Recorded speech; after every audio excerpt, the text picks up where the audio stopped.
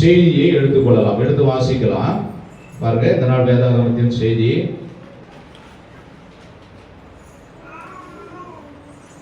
யோவான் 5ஆம் அதிகாரம் 39வது வசனம்.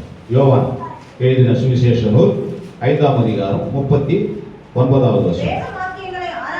வேத வாக்கியங்களை ஆராய்ந்து பாருங்கள், அவைகளால் உங்களுக்கு என்ன உண்டு? நித்திய ஜீவன் உண்டு. முன்னாடி பார்த்தோம், வேத வசனம் தான் நம்மை காவல் பண்ணணும். அந்த வேத வசனத்தின்படி காவல் பண்ணப்பட்ட இருதயத்திலிருந்து என்ன பண்ணோம்? ஜீவ ஊற்று புறப்படும். இந்த வசனம் சொல்லுகிறது உங்களுக்கு நித்திய ஜீவனை. அப்ப ஜீவ ஊற்று, நித்திய ஜீவன் எல்லாம் ஒண்ணுதான்.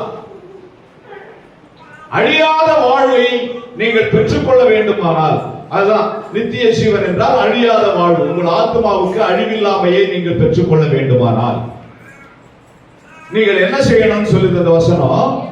வேத வாக்கியங்களை ஆராய்ந்து பார்க்கணும். ஆராய்தல் அப்படின்னு சொல்லி சொன்னா, எதையோ ஒண்ணு தொலைச்சிட்டோம்னு வச்சுக்கோங்க, அதை தேடி கண்டுபிடிக்கிற பாருங்க.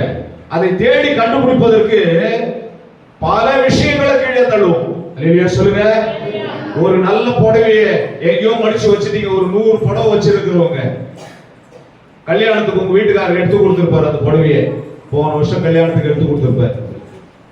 இப்ப இந்த வருஷம் உங்க வீட்டுக்காரர் அதை சொல்றாரு, போன வருஷம் எடுத்து கொடுத்தோமா, அந்த புடவை நல்லா இருந்தது, அந்த புடவையை எடுத்து கொடுத்தீங்க அப்படின்னு சொல்லும் போது, இந்த 100 புடவையை, ஒரு புடவை வச்சிருக்கிறவங்க இருக்கிறீங்க, இல்லாம இருக்கிறீங்க. ஒரு உதாரணத்துக்காக சொல்றேன். இந்த புடவையை தேடி கண்டுபிடிக்கிறதுக்கு என்ன பண்றாங்க? மற்ற எல்லா புடவைகளையும் எடுத்து அங்க எங்க தள்ளுறாங்க. எந்த பீரோல இருக்குது, எந்த அலமாரியில் இருக்குது, எந்த கட்டப்பைக்குள்ள இருக்குது. அல்லேலூயா. ஆராய்றாங்க பாருங்க. தேடுதல். ஆராய்வது என்று சொன்னால் என்ன அர்த்தம்? தேடுகிறது என்று அர்த்தம். இப்போ வேத வசனத்தை நம்ம என்ன பண்ணணுமா? வேதாகமத்தை நம்ம என்ன பண்ணணுமா? தேட வேண்டும், ஆராய வேண்டும். எதுக்கு ஆராய்ந்து பார்க்க சொல்றாரு? அவரே சொல்றாரு, உங்களுக்கு என்ன கிடைக்கும் ஆராய்ந்து பாத்தீங்கன்னா? நித்திய ஜீவன் கிடைக்கும். ஒரு பிரச்சனையில இருக்கிறீங்க, ஒரு போராட்டத்துல இருக்கிறீங்க, ஒரு குழப்பமான சூழ்நிலையில இருக்கிறீங்க. அந்த சூழ்நிலையில இருந்து நீங்க வெளியில வரணும், ரிகவர் ஆகணும் அப்படின்னு சொல்லி சொன்னா, ஏற்கனவே குழப்பத்தில் இருந்த பரிசுத்தவான்கள் எப்படி விடுதலை ஆகிறாங்க அப்படிங்கிற விஷயத்தை நீங்கள் ஆராய்ந்து பார்க்க வேண்டும். பிரச்சனையோடு இருக்கிறவன நம்ம ஏற்கனவே வாசிச்சிருந்தோம்னா, தாவீது பிரச்சனையா இருக்கும்போது எப்படி வசனத்தின் மூலம் தன்னை தேர்ச்சி கொண்டார். அவர் மனைவி பிள்ளைகளை எல்லாம் சிறைப்பிடித்து கொண்டு போகப்பட்ட போது அவர் எப்படி அந்த பிரச்சனையில் இருந்து தன்னை தேர்ச்சி கொண்டார். கர்த்தருடைய வசனத்தினாலே தன்னை எப்படி திடப்படுத்தி கொண்டார். கர்த்தருடைய வசனத்தினாலே அவர் எப்படி வழி நடந்தார் என்கிற விஷயத்தை நாம் ஆராய்ந்து பார்க்கோம்னா நமக்கு நித்திய ஜீவன் உண்டு. அப்ப வேதம் ஆராயப்பட வேண்டிய ஒன்றே ஒழிய, வேதம் அப்படியே மூடி அப்படியே பத்திரமாக காவல் பண்ணப்பட வேண்டியது அல்ல. வேதத்தை என்ன பண்ணணும்? போராட்டணும். அல்லேலூயா சொல்லுங்க. வேதத்தை இந்த பக்கமும் அந்த பக்கமும் திருப்பி ஒவ்வொரு வசனத்துக்கும் இணையான வசனங்களை தேடி ஒவ்வொரு சத்தியத்தையும் நாம் என்ன பண்ணணும்? கண்டுபிடிக்க வேண்டும் என்று சொல்லி வேதம் சொல்லுகிறது. சங்கீதம் 119 97 99 வாசிப்போம். சங்கீதம் 119. உம்முடைய வேதத்தில் நான் எவ்வளவு பிரியமாய் இருக்கிறேன், நாள் முழுவதும் அதுவே என் தியானம். பாருங்க, கொஞ்சம் யோசனை பண்ணி பாருங்க. நாள் முழுவதும் அது அந்த சிந்தனை தான் என் மனசுல ஓடிக்கிட்டு இருக்கும்.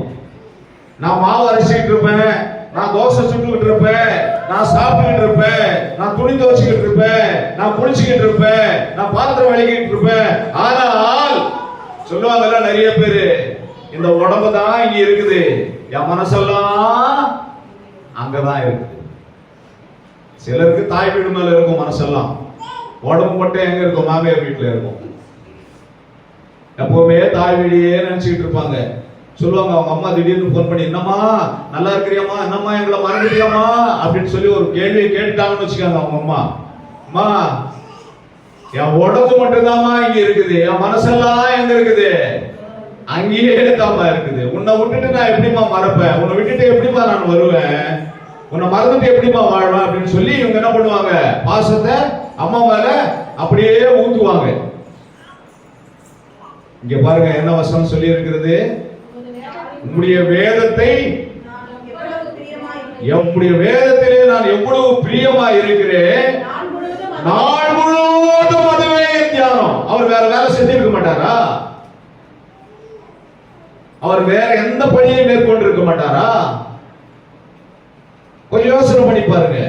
அப்படியானால் இந்த வார்த்தையை எதற்காக பயன்படுத்துகிறார்? நான் எந்த வேலையை செய்து கொண்டிருந்தாலும், எந்த சூழ்நிலையில இருந்தாலும், நான் எந்த வேலையில் ஈடுபட்டு இருந்தாலும், என் சிந்தையெல்லாம் உம்முடைய வேதத்தை அறிய வேண்டும், உம்முடைய வேதத்தின்படி நான் வாழ வேண்டும், உம்முடைய வேத புத்தகத்தின்படி நான் என்னுடைய வாழ்க்கையை அமைத்துக் கொள்ள வேண்டும். இதுதான் இந்த வேதத்தின்படி என்னை நான் பாதுகாத்துக் கொள்ள வேண்டும். நாள் முழுவதும் அதுவே என் தியானம். அதனால அவரு வேதத்தை தியானிப்பதை குறித்து அவர் சொல்லுகிற வார்த்தை, நாள் முழுவதும் நான் வேத சிந்தனையோடு கூட இருக்கிறேன். இன்னும் கூட எடுத்து வாசிக்கலாம் பாருங்க. ஏசாயா 34வது வசனம், 4வது அதிகாரம் 16வது வசனம். ஏசாயா 34:16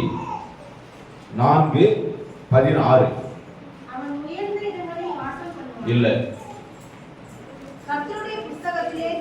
கர்த்தருடைய புத்தகத்திலே என்ன பண்ணுங்க, என்ன பண்ணுங்க, எதையாயிரும் ஒரு நாளைக்கு மனசு ரொம்ப கஷ்டமா இருந்ததுன்னா, ஏற்கனவே ஒரு வாக்குத்தத்தத்தை சபையில வாங்கி இருப்பீங்க, அங்க ஏதாவது ஒரு அட்டையை சொல்லி வச்சிருப்பீங்க, அதை டக்குன்னு பிரிச்ச உடனே அந்த அந்த இடம் பிரியும் பாருங்க.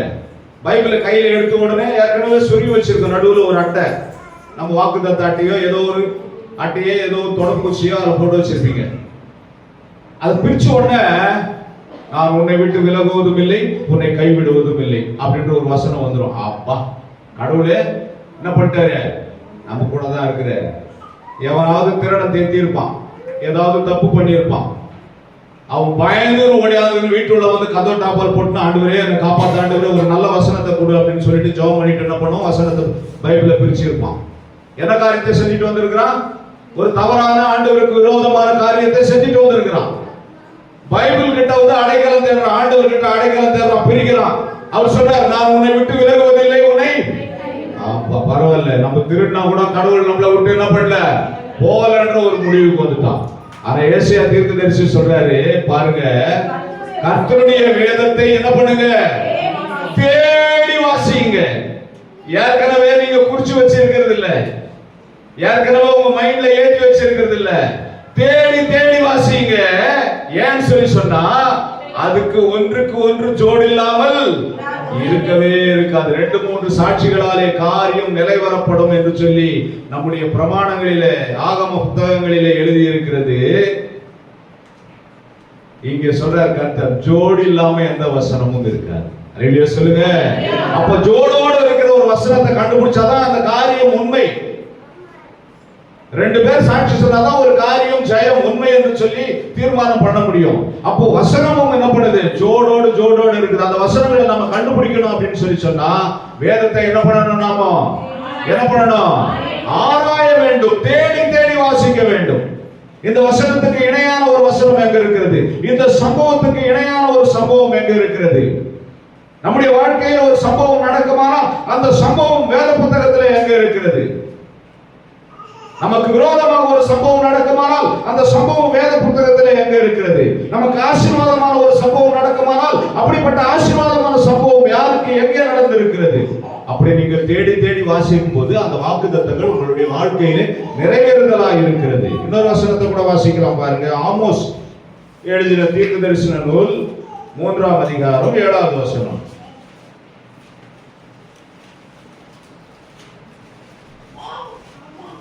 ஆமோஸ் 3:7. கர்த்தராகிய ஆண்டவர் தீர்க்கதரிசிகளாகிய தம்முடைய ஊழியக்காரருக்கு ரகசியத்தை வெளிப்படுத்தாமல் ஒரு காரியமும் செய்ய மாட்டார். வேதத்தை தேடி நீங்க வாசிக்கிறதுனால அவர் ஏதாயிலும் ரகசியம் உங்களுக்கு ஏதாயிலும் சொல்லணும் அப்படின்னு சொல்லி சொன்னா, ஏதாயிலும் உங்களுடைய வாழ்க்கைக்கு ஏதாவது உயிரூட்டுற மாதிரி ஒரு வெளிப்பாடை உங்களுக்கு கொடுக்கணும் அப்படின்னு சொல்லி சொன்னா, வேதத்தை நேசிக்கிறவர்களுக்கு, இந்த வேதத்தை தேடி வாசிக்கிறவர்களுக்கு அந்த காரியத்தை என்ன பண்ணுவாராம்?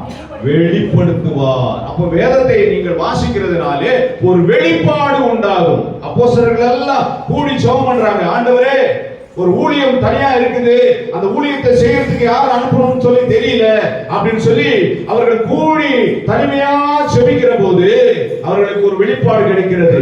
அங்கே ஒருவரை பிரதானமாக கர்த்தர் அபிஷேகம் பண்ணி அந்த ஊழியத்துக்கு அனுப்புறார். அப்போஸ்தலர் நடவடிக்கை புத்தகத்துல பர்னபாவை பிரித்து விடுங்கள் அந்த ஊழியத்துக்கு என்று சொல்லி, பவுலை பிரித்து விடுங்கள் அந்த ஊழியத்துக்கு என்று சொல்லி, அப்படி ஒரு வெளிப்பாடு உங்களுடைய வாழ்க்கையிலே, ஒரு திருமணத்துக்கான ஒரு வெளிப்பாடு, ஒரு வீடு கட்டுவதற்கான ஒரு வெளிப்பாடு, பிள்ளைகளை எந்த ஸ்கூல்ல சேர்க்கணும் என்கிறதுக்கான ஒரு வெளிப்பாடு, எந்த காரியத்தை எப்பொழுது செய்ய வேண்டும் என்கிறதற்கான ஒரு வெளிப்பாடு.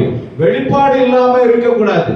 வேதம் சொல்லுகிறது, தீர்க்க தரிசனம் இல்லாத இடத்திலே ஜனங்கள் சீர்கெட்டு போவார்கள்.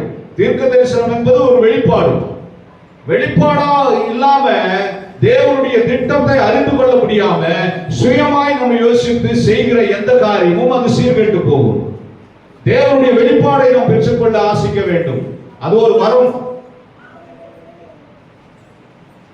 அந்த வரத்தை நாம் நாட வேண்டும். ஆண்டவரே, இந்த இக்கட்டான சூழ்நிலைகளிலே நான் எந்த முடிவை எடுப்பது என்று சொல்லி எனக்கு வெளிப்பாடை தாங்க அப்படி என்று சொல்லி குழம்பி போய் இருக்கிறவர்களுக்கு ஆண்டவருடைய வெளிப்பாடு கிடைக்க வேண்டும். அப்பதான் ஆண்டவருடைய வழிநடத்துதல் நமக்கு இருக்கும். அதைத்தான் சொல்றாரு இந்த இடத்துல. என்ன சொல்றாரு? கர்த்தராகிய ஆண்டவர் தீர்க்கதரிசிகளாகிய தம்முடைய ஊழியக்காரர்களுக்கு வெளிப்படுத்தாம, எந்த ரகசியத்தை வெளிப்படுத்தாம எந்த காரியத்தையும் என்ன பண்ண மாட்டாரு, செய்ய மாட்டார். அப்போ ரகசியங்கள் உங்களுக்கு வெளிப்பாடாக கிடைக்க வேண்டுமானால் நீங்கள் வேதத்தை என்ன பண்ணணும்? தேடி ஆராய்ந்து வாசிக்க வேண்டும். அப்புறம் பாருங்க, அப்போஸ்தலர் நடவடிக்கை புத்தகம் 17ஆம் அதிகாரம் 11வது வசனம். கொஞ்சம் கவனமா கேளுங்க. அந்த பட்டணத்தார் மனோவாஞ்சையாய் வசனத்தை ஏற்றுக்கொண்டு காரியங்கள் இப்படி இருக்கிறதா என்று தினந்தோறும் வேத வாக்கியங்களை ஆராய்ந்ததினாலே, அல்லேலூயா சொல்லுங்க, அல்லேலூயா சொல்லுங்க, அல்லேலூயா சொல்லுங்க. 10வது வசனத்துல இருக்குது பாருங்க, எந்த பட்டணத்தார் என்கிறதற்கான விடை பெரோயா பட்டணத்தார். அல்லது 13வது வசனத்துல இருக்குது பாருங்க, எந்த பட்டணத்திற்காரு, எந்த பட்டணத்துக்கு அப்படின்னு சொல்லி. அப்போ அந்த பெரோயா பட்டணத்தார் காரியங்கள் இப்படி இருக்கிறதா என்று சொல்லி மனோவாஞ்சையாய் வசனத்தை ஏற்றுக்கொண்டு, நல்லா புரிஞ்சுக்கங்க, வசனத்தை இந்த காதுல கேட்டு வெளியில போனோம்னா இந்த காதுல வெளியே விட்டுற ஜனங்கள். அப்படி அல்ல, ஆண்டவர் நம்மை அழைத்தது அதற்காக அல்ல. சத்தியத்துக்கு முதல்ல தலவணங்கணும், கீழ்ப்படியணும். உலக காரியங்கள் எந்த காரியமா இருந்தாலும் அதை 2ஆம் பட்சத்துல வச்சு கர்த்தர் காரியத்தை முதல்ல கொண்டு வந்து நிறுத்தணும். நல்லா கேட்டுக்கங்க. இந்த சபையில் இருக்கிற கர்த்தருடைய பிள்ளைகளுக்கு ஒரு வார்த்தையை நான் சொல்ல விரும்புகிறேன், ஒரு ஆலோசனை சொல்ல விரும்புகிறேன். நீங்கள் கர்த்தருடைய காரியங்களை முதல்ல கொண்டு வரணும்.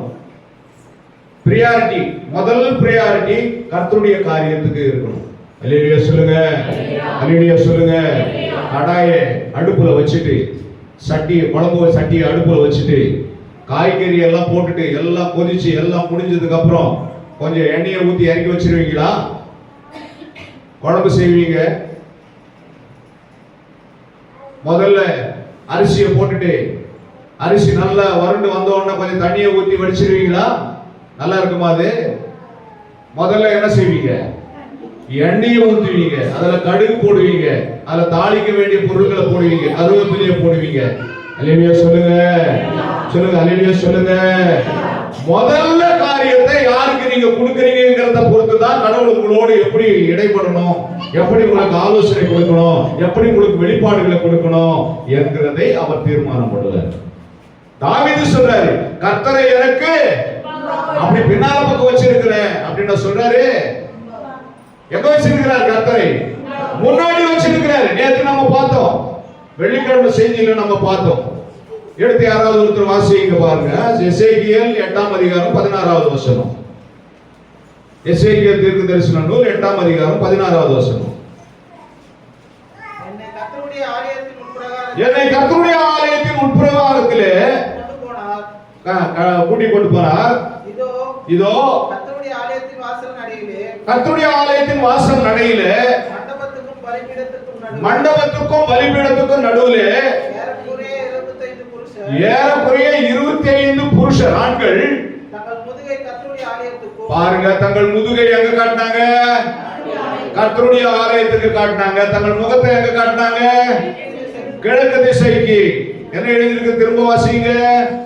கிழக்கு திசைக்கும்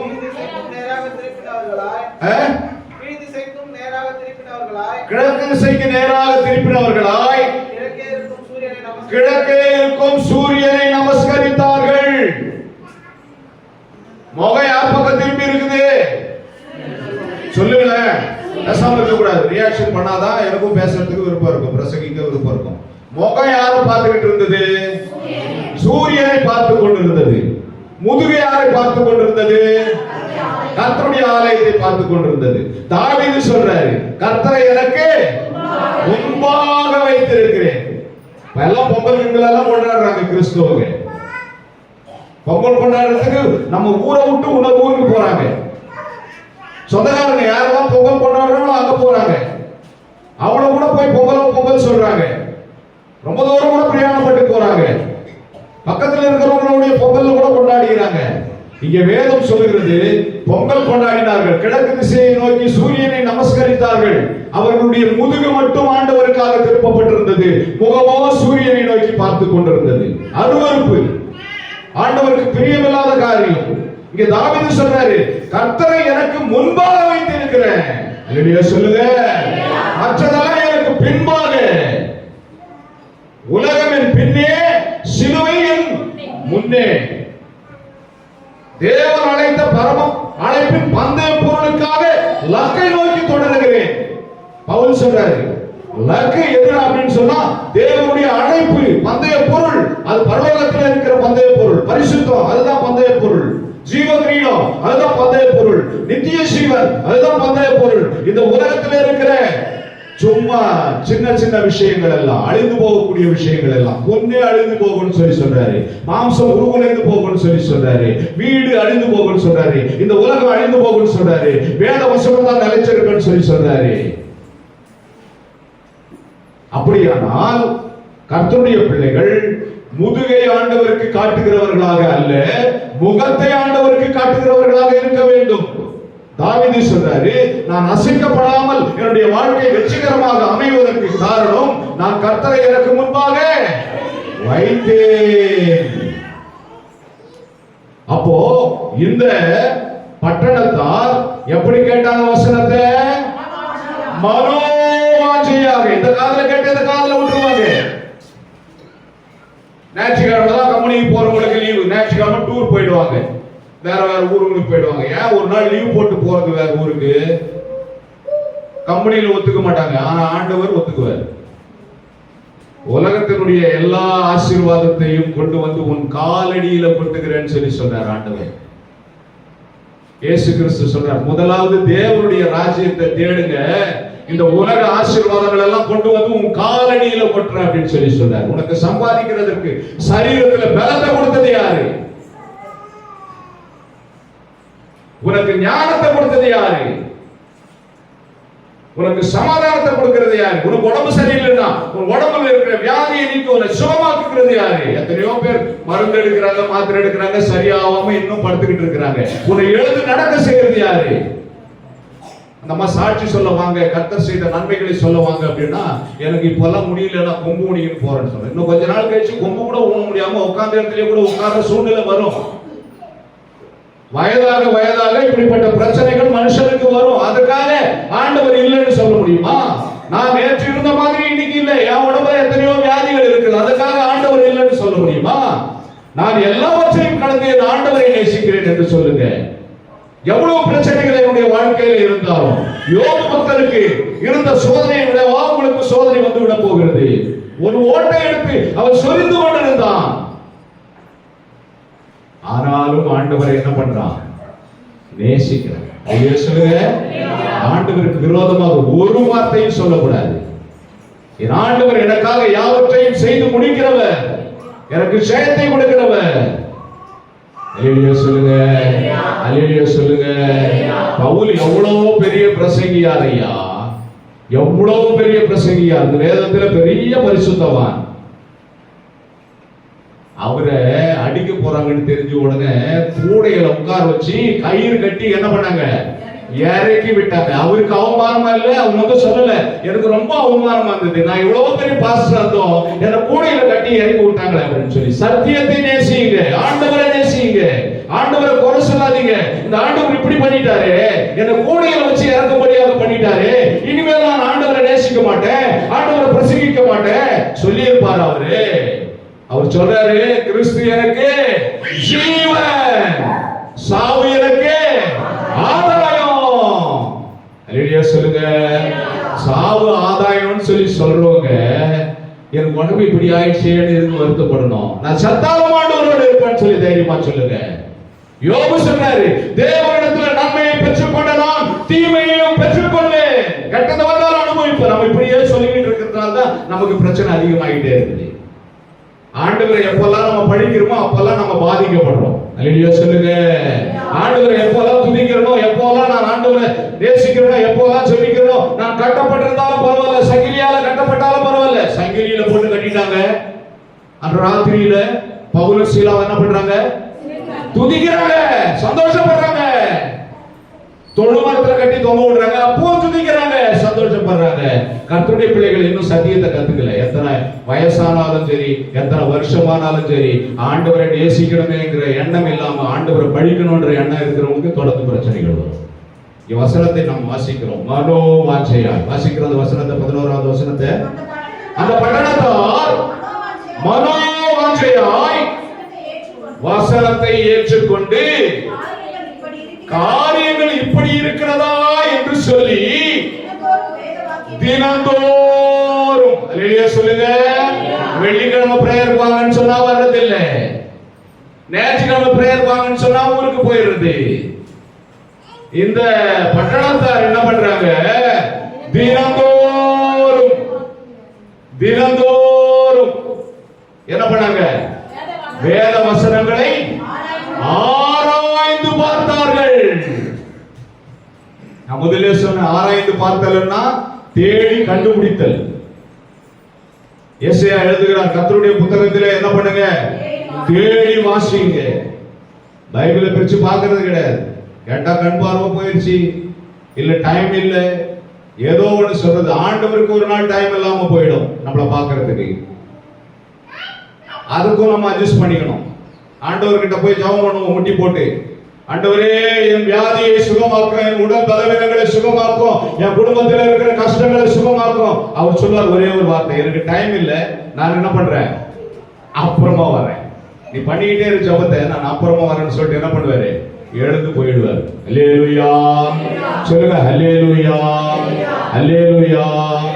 ஆமா பாருங்க, வேதத்தை ஆராய்ந்து பார்த்ததுனால அவர்கள் என்ன பண்ணாங்களா, தெசலோனிக்கே பட்டணத்தாரை பார்க்கிலும் நல்ல குணசாலிகளாக இருந்தாங்க. வேதத்தை ஆராய்கிறவங்களுக்கு என்ன குணம் இருக்கும் சொல்லுங்க, என்ன குணம் இருக்கும், நற்குணம் இருக்கும். யாரை விட நற்குணம் இருக்கும், யாரை விட நற்குணம் இருக்கும், பக்கத்து வீட்டுக்காரனோட நற்குணம் இருக்கும், பக்கத்துல இருக்கிற சபையை காட்டிலும் நற்குணம் இருக்கும். அங்க தெசலோனிக்கே பட்டணத்தை ரெஃபர் பண்றாங்க. அவங்க நல்லா கவனமா கேளுங்க சத்தியத்தை கொஞ்ச நேரம். அவங்க யாரை ரெஃபர் பண்றாங்க, பக்கத்துல இருக்கிற ஒரு பட்டணத்தை, பக்கத்துல இருக்கிற ஒரு தேசத்தை, பக்கத்துல இருக்கிற ஒரு சபையை ரெஃபர் பண்றாங்க. பக்கத்துல இருக்கிற சபையை விட நீ நல்லா இருக்கணும் அப்படின்னு சொல்லி சொன்னா, பக்கத்துல இருக்கிற ஒரு விசுவாசியை விட நீ நல்லா இருக்கணும் அப்படின்னு சொல்லி சொன்னா, நீ என்ன பண்ணணும், மனோவாஞ்சியாய் வசனத்தை என்ன பண்ணணும், ஏற்றுக்கொள்ளணும். காரியங்கள் இப்படி இருக்குதா என்று சொல்லி வேதத்தை ஆராய்ந்து பார்க்கணும். என்னைக்காவது நீ ஆராய்ந்து பார்த்ததுண்டா, இல்ல மனோவாஞ்சியா வசனத்தை ஏற்றுக்கொண்டதுண்டா? வசனத்துல குறை சொல்றாரு, குற்றம் பிடிக்கிறாரு, என்னதான் பேசுறாரு, எனக்காகவே பிரசங்கம் பண்றாருன்னு சொல்லி தான் உங்களால சொல்ல முடியும். நீங்க மனோவாஞ்சியா முதல் வசனத்தை அப்சர்வ் பண்ணிக்கங்க, ஏற்றுக்கொள்ளுங்க. வசனம் உங்களுக்குள்ள கிரியை செய்ய விடுங்க. ஒரு வசனத்தை கேட்டீங்கன்னா அந்த வசனத்தின்படி உங்களை நீங்கள் மாற்றிக் கொள்ளுங்க. முதல்ல உங்க சூழ்நிலைகளை ஞாயிற்றுக்கிழமை தவறாம வரணும் அப்படின்னு சொல்லி 6 நாள் வேலை செய்து 7ஆம் நாள் ஓய்ந்திருப்பாயாக, அது கர்த்தருடைய சமூகத்திலே அது ஆசீர்வதிக்கப்பட்ட நாள் அப்படின்னு பிரசங்கம் பண்ணா 6 நாள் வீட்டுல இருப்பாங்க. கரெக்டா 7ஆம் நாள் ஞாயிற்றுக்கிழமை ப்ரோக்ராம் பண்ணிட்டு என்ன பண்ணுவாங்க? ஊருக்கு போயிடுவாங்க. அப்ப வசனம் எப்படி வேலை செய்யும்? எப்படி அந்த வசனத்தில் இருக்கிற அந்த வசனங்களுடைய ஆசீர்வாதங்கள் நமக்கு கிடைக்கும்? எப்படி கர்த்தரை முன்னால வைக்காம கர்த்தருடைய ஆசீர்வாதங்கள் நன்மை நமக்கு கிடைக்கும்? அப்போ கர்த்தரை எனக்கு முன்பாக வைத்திருக்கிறேன், நான் அசைக்கப்படுவதில்லை, யார் என்ன சொன்னாலும் நான் அசையாம நிற்கிற சீயோன் பர்வதத்தை போல இருப்பேன் அப்படின்ற வார்த்தை நம்முடைய வாக்குத்தத்தம் எப்படி நிறைவேறும் பாருங்க. அப்போ பக்கத்து வீட்டுக்காரனை விட, பக்கத்து சபையில் உள்ளவனை விட, பக்கத்து தேசத்துல இருக்கிறவனை விட, பக்கத்து நாட்டுல இருக்கிறவனை விட அவர்கள் எப்படிப்பட்டவர்களா இருந்தாங்க? நல்ல குணசாலிகளா இருந்தாங்க. அப்போ பக்கத்துல இருக்கிறவங்க எப்படி இருக்கிறான்னு நம்ம பார்க்கணும் இல்லையா? எடுத்து வாசிங்க தெசலோனிக்கேயர் புத்தகம் 1ஆம் அதிகாரம். தெசலோனிக்கேயர் புத்தகம் 1ஆம் அதிகாரத்தை எடுத்துக்கொள்ளுங்க. பாருங்க, முதல் வசனத்தை வாசிங்க. 1ஆம் அதிகாரம் முதல் வசனம். பவுலும் சில்வானும் தீமோத்தேயுவும் பிதாவாகிய தேவனுக்குள்ளும் கர்த்தராகிய இயேசு கிறிஸ்துவுக்குள்ளும் இருக்கிற தெசலோனிக்கேய சபைக்கு எழுதுகிறார்கள். இந்த தெசலோனிக்கேய பட்டணத்தார் பிதாவாகிய தேவனுக்குள்ளும் கர்த்தராகிய இயேசு கிறிஸ்துவுக்குள்ளும் இருக்கிற ஜனங்கள். அல்லேலூயா சொல்லுங்க. நம்ம சங்கீதத்துல வாசிச்ச மாதிரி மண்ணோடு ஒட்டி கொண்டிருக்கிற ஜனங்கள் இல்ல, உலகத்தோடு ஒட்டி கொண்டிருக்கிற ஜனங்கள் இல்ல, சாஸ்திர சம்பிரதாயத்தோடு ஒட்டி கொண்டிருக்கிற ஜனங்கள் இல்ல.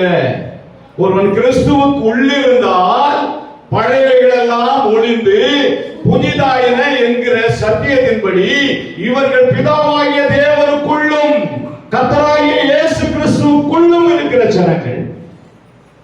அவங்கள விட நீங்க நற்குணசாலிகளாய் ஆக வேண்டும்.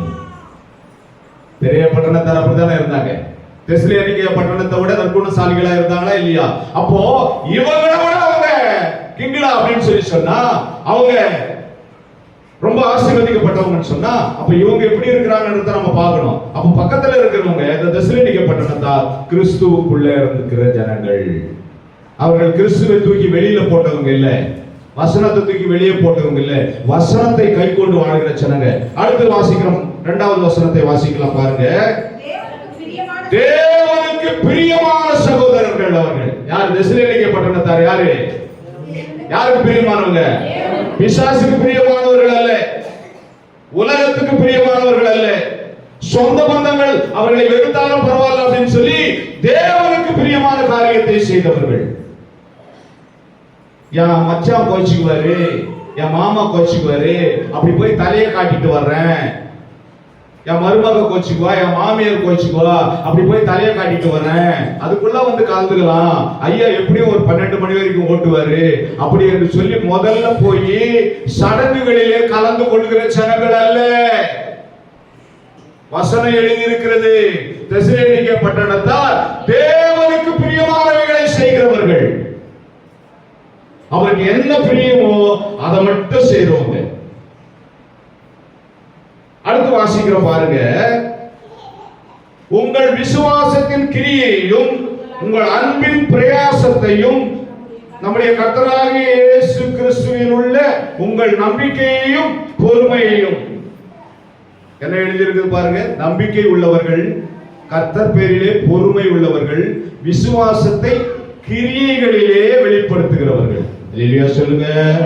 நான் சாமியை எவ்வளவு மனசுல நினைச்சுன்னு இருக்கிற தெரியுமா?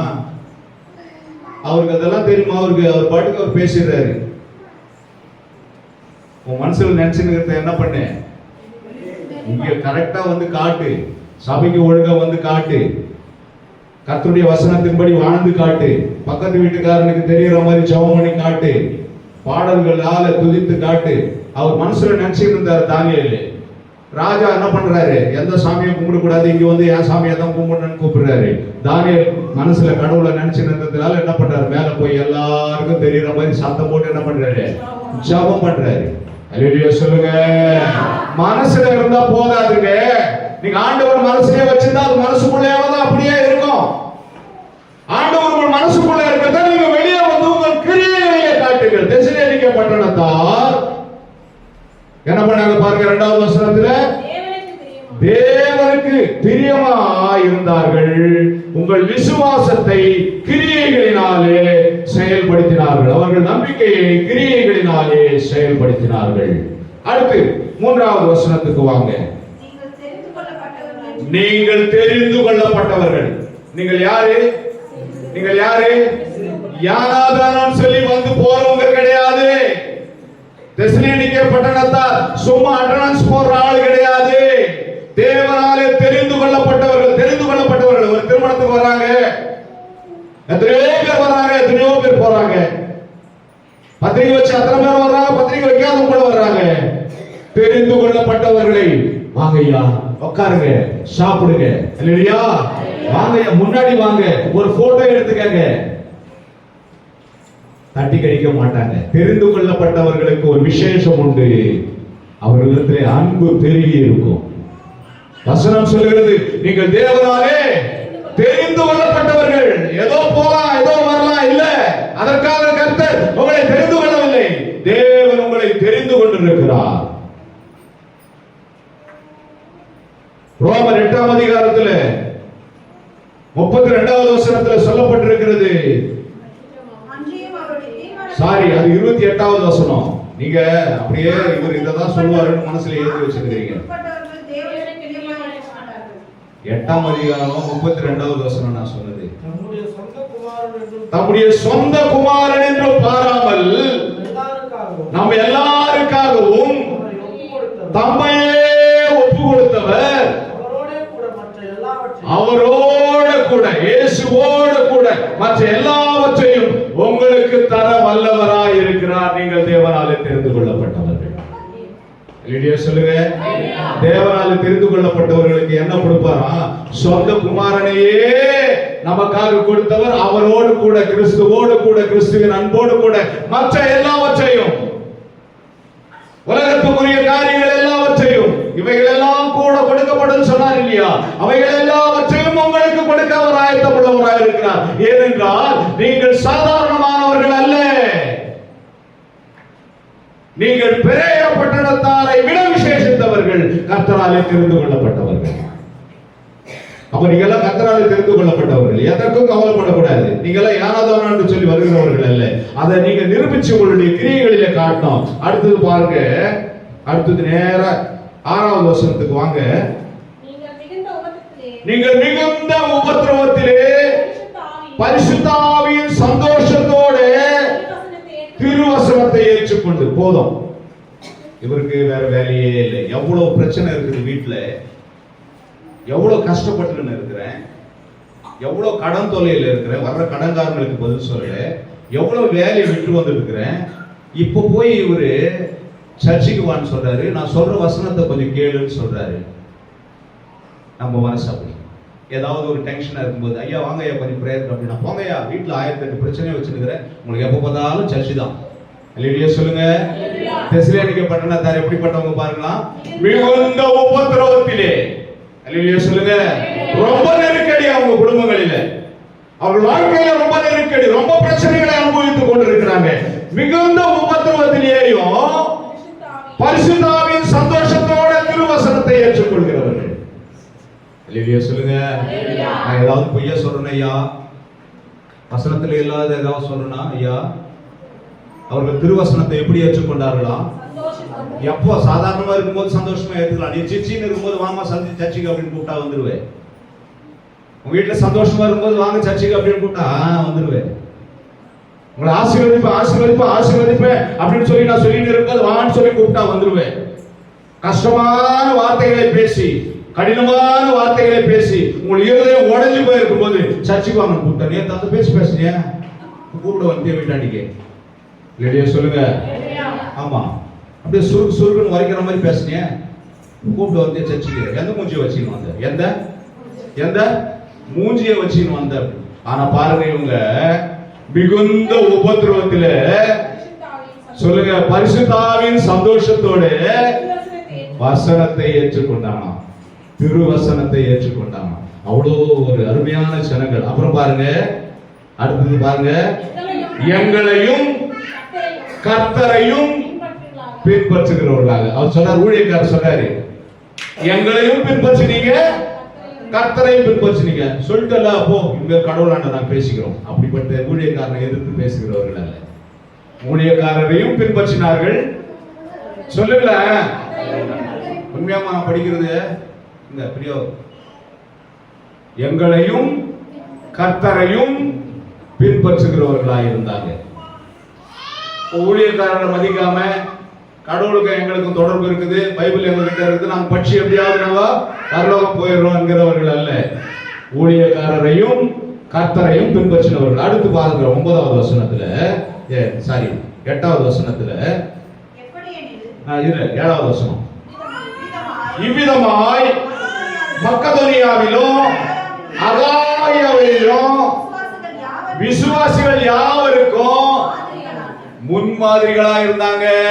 ஒரு சபை, ஒரு உதாரணம் காட்டணும்னா தெசலோனிக்கே பட்டணத்தார் சபை பாருங்க எப்படி இருக்குதோ அப்படின்னு சொல்ற அளவுக்கு அந்த ரெண்டு சபைகள், மக்கதோனியா சபை, அகாயாவில் உள்ள சபை, அந்த ரெண்டு சபைக்கும் இவங்க தான் யாரு? கைடு. இவங்க தான் கைடு, இவங்க தான் முன்மாதிரி. யாரா சொல்லும்போது சொல்றா, டேய் பாருடா அவனை எப்படி இருக்கிறான் பாருடா, அவன் எப்படி படிக்கிறான் பாருடா, எவ்வளவு மார்க் வாங்குறான் பாருடா, நீயே இருக்கிறிய சொல்றாங்கல்ல, அந்த மாதிரி மாடலா இருந்தார்கள். அவர்கள் தான் சாம்பிள். தெசலோனிக்கே பட்டணத்தாரை பார்த்துதான் அடுத்த சபைக்கு பிரசங்கிக்க வேண்டி இருக்கிறது, அடுத்த சபைக்கு உதாரணங்களை சொல்ல வேண்டி இருக்கிறது. அவ்வளவு ஒரு சாம்பிளான வாழ்க்கை, மாடலான வாழ்க்கை, முன்மாதிரியான வாழ்க்கையை அவர்கள் வாழ்ந்து காட்டினவர்கள். அடுத்து வாசிக்கிற 8வது அதிகாரத்து வசனத்துல, எப்படி எனில் உங்களிடத்தில் இருந்து கர்த்தருடைய வசனம் மக்கதோனியாவிலும் அகாயாவிலும் தொனித்ததும் அல்லாமல் நாங்கள் அதை குறித்து ஒன்றும் சொல்ல வேண்டியதா இராதபடிக்கு தேவனை பற்றின உங்கள் விசுவாசம் எங்கும் பிரசித்தமாயிடுச்சு. இவங்க கிட்ட இருந்து தெசலோனிக்கே பட்டணத்திலிருந்து வசனம் என்ன பண்ணிச்சான், மக்கதோனியாவுக்கும் அகாயா நாட்டுக்கும் போனதும் இல்லாம அந்த ஊழியக்காரங்க ஏமா அப்படி பண்ணிட்ட இப்படி பண்ணிட்டு ஏதாவது குறை சொல்லாத அளவுக்கு அந்த வசனங்களை அவர்கள் பிரசித்தி படுத்தினார்கள். சொல்லுங்க, 10 வசனம் போதும் தியானத்துக்கு. கடைசியா ஒரு வசனம், 9வது வசனம் கூட வாசிக்கிறோம்.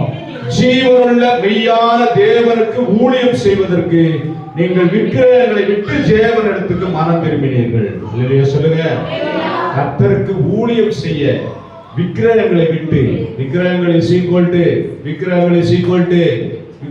ஈக்குவல் டு திரும்ப சொல்றேன், பொன்னும் வெள்ளியும் விக்கிரகம். விக்கிரகம்னா ஏதோ ஒரு சிலைன்னு கூடாது, பொருளாசை விக்கிரகம். நீங்க பைபிள்ல படிச்சு பாருங்க, விக்கிரகங்கள் அப்படின்னு டைப் பண்ணி பாருங்க என்னென்ன வருது அப்படின்னு சொல்லிட்டு.